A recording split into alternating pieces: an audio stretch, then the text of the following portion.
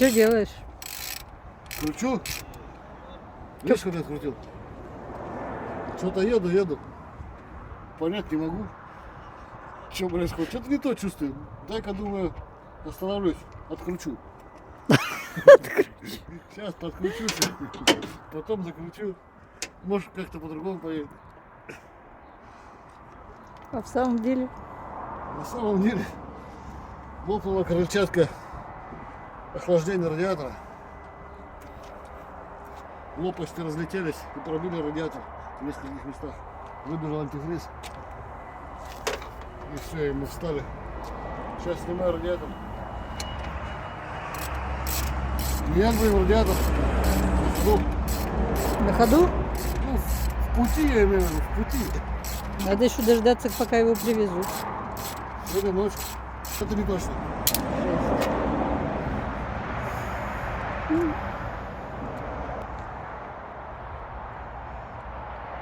Чуть-чуть проехали Тяжинск. До Боринска осталось километров 50, наверное. Вот. Короче, 500 км до дома не доехали. 4 дня в пути. Уже вечер, 7:30. Машина давно разобрана. Ждем запчасти.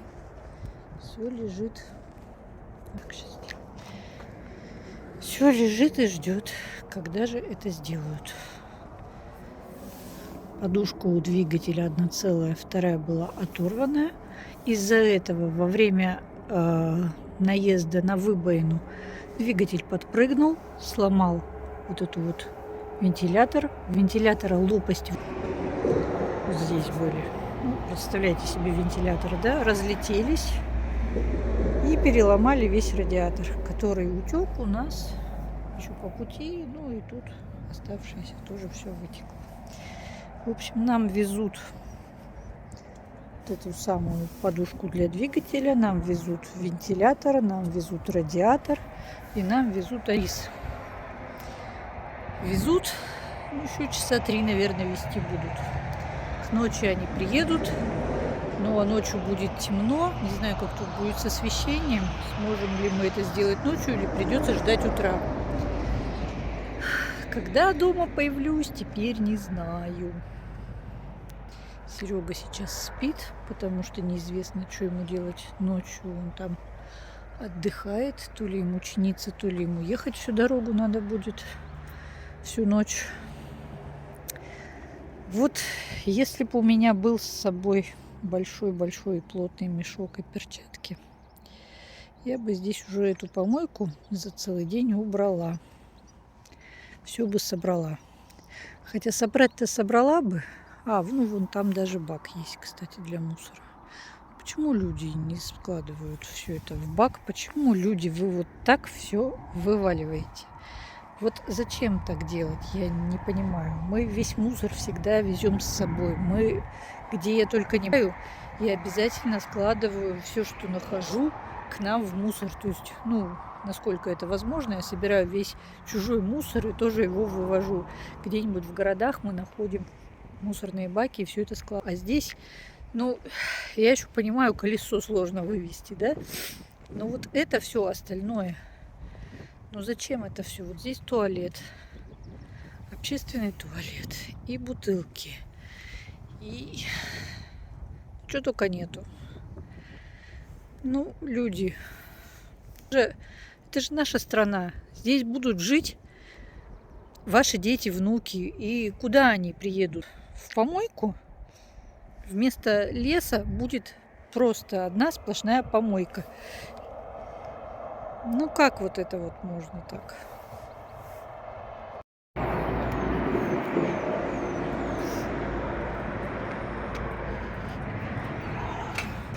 Дождь. Что сказать? Рассказывай.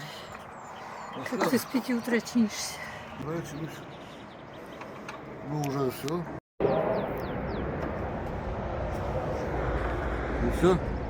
Все на месте. Кулек на месте. Шланги цепляем. Моську ставим. Моська валяется еще. И, наверное, будем пробовать заливать антифриз. запускать мотор.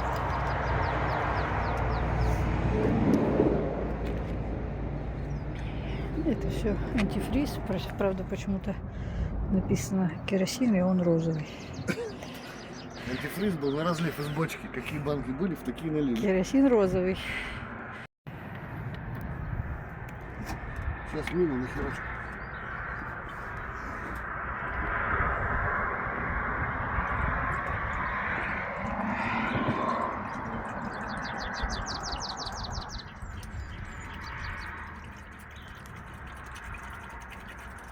Ну что, машину починили и даже завели.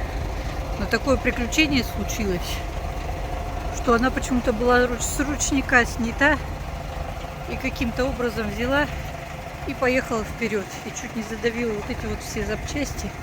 А я сидела в салоне, а она вдруг едет, а я сижу и думаю, а почему машина едет, когда водителя нету рядом?